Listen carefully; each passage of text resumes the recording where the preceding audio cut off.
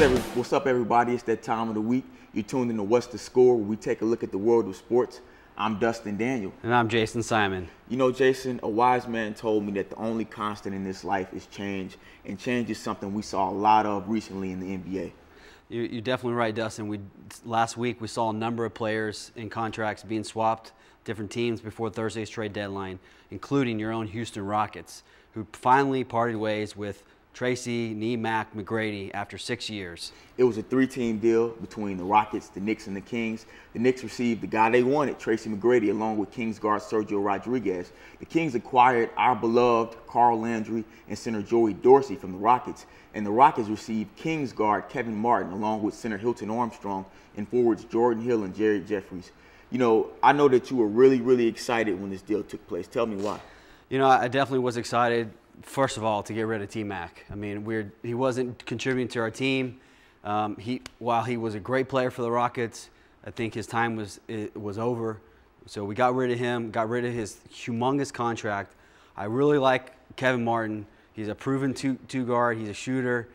I mean, he's had a few injuries, but he's a young guy. We got Hill from New York, another young guy who I feel has more potential to be better than Carl Landry himself. We swapped first-round picks for 2011, and we get the Knicks first-round draft pick in 2012. So I think that was a great trade for the future.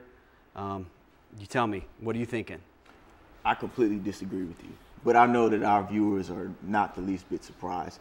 Not because of what they are gaining, but because of who and what they are losing. I'm talking about Carl Landry. How many guys do you know would go snaggletooth in order for their team to have a victory? I feel like Carl Landry was that guy. He had the heart of a lion. He was the go-to guy in the fourth quarter. He was the most consistent Rocket. He was the heart and soul of the team. Kevin Martin, as you said, is a proven scorer. But you got to ask yourself, does he bring much else to the table? He is injury-prone, as you said. He's slight of build, and I'm worried about Martin and Brooks in the same backcourt being pushed around defensively. Saturday, they took on the Indiana Pacers. They scored 115 points and lost by double digits, and they lost Sunday to the New Orleans Hornets because Darren Collison had 26 points.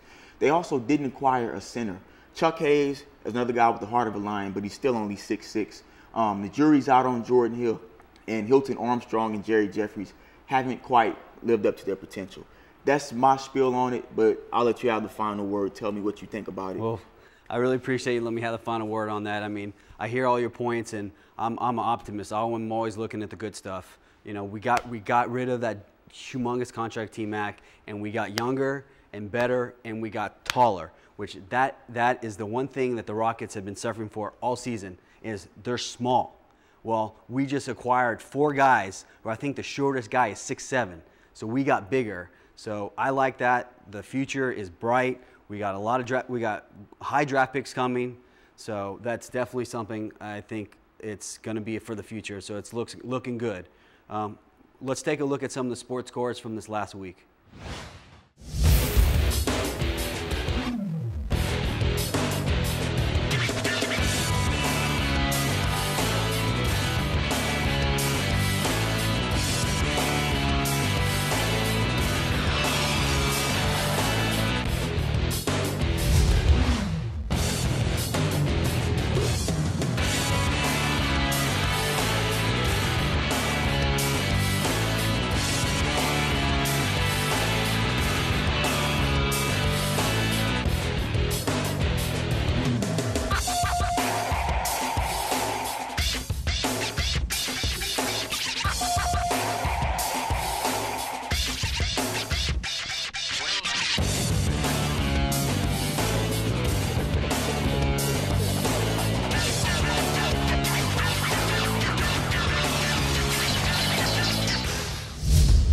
We're going to take a quick break. When we come back, we're going to talk about that controversial subject, that bad man, Tiger Woods. You don't want to miss this talk. We'll be right back.